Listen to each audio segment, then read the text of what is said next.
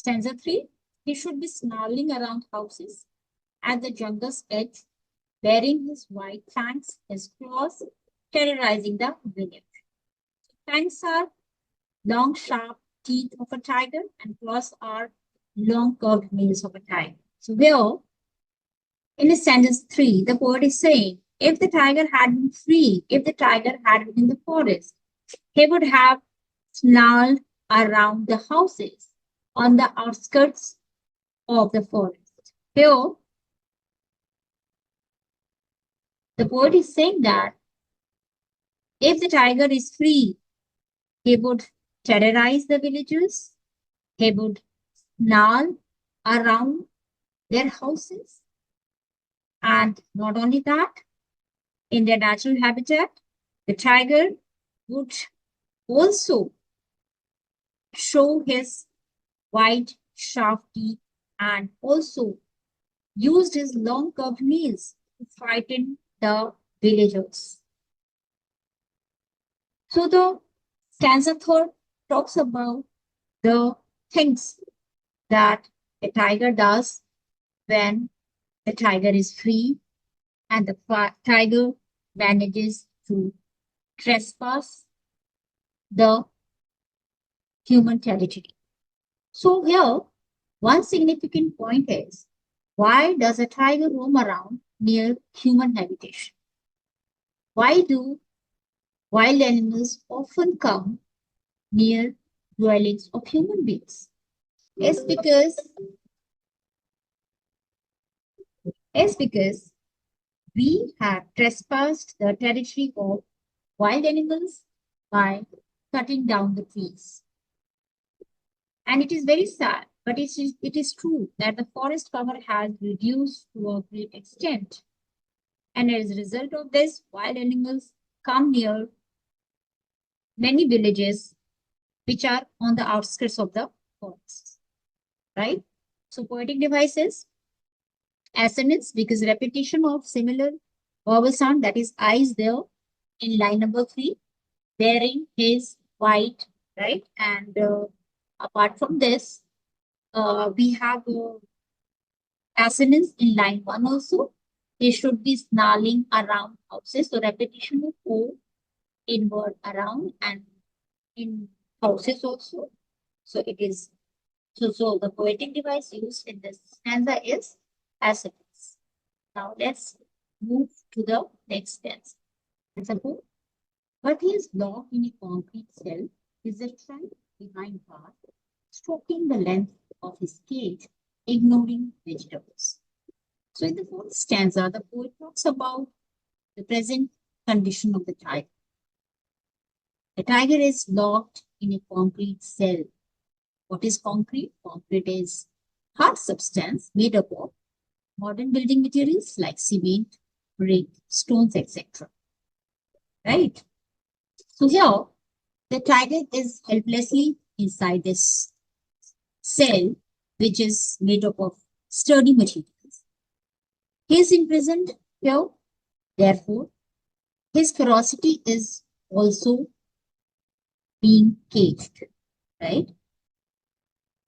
He just walks around in the cage and does nothing. Since his power is caged, his anger is also caged, his freedom is also caged, and his anger is also caged. He is physically inside the cage, and that's why he is not attacking anyone.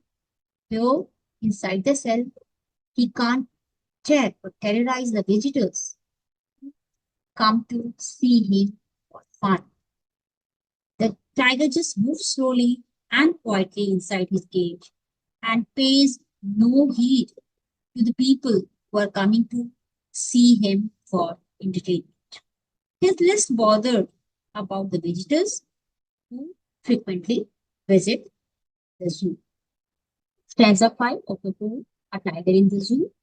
He hears the last voice at night, patrolling cars, and stares with his brilliant eyes at the brilliant stars. So here, the last stanza, the poet says that the tiger in the zoo hears the last voice at night. and that too of the patrolling cars. What are patrolling cars? Patrolling cars are police vehicles that are used to patrol at night, and basically their work is to keep an eye on each and everything, right? And they just ensure that everything is fine around the zoo and its surrounding areas. Basically, they keep vigil on the happenings of an area, right? So now, here, the tiger, what he's doing inside the cave, he is staring at the brilliant stars with his brilliant eye, right? So he is basically lost in his thought, and he just looks up at the brilliant stars. Brilliant is bright. He just looks up at the bright stars with his shining bright eyes, right? Basically, the poet is saying that somewhere down the line, he is lost in his thought and he's wondering why he has been confined to the cage, and he longs to be in the jungle, right? Now, here, the irony is that right now the tiger is inside the cage, right? And instead of listening to the sounds of the patrolling car, he should be hearing the voices of his family members, right?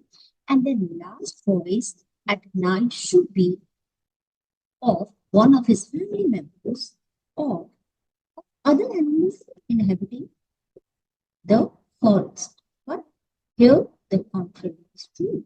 And that is really very, very sad, right? Now, basically, this stanza depicts the plight of the caged tiger. He's sad, he's unhappy, he's frustrated, and he is feeling totally helpless, right? And here he is simply looking at the bright stars, right? So let's discuss the poetic devices here.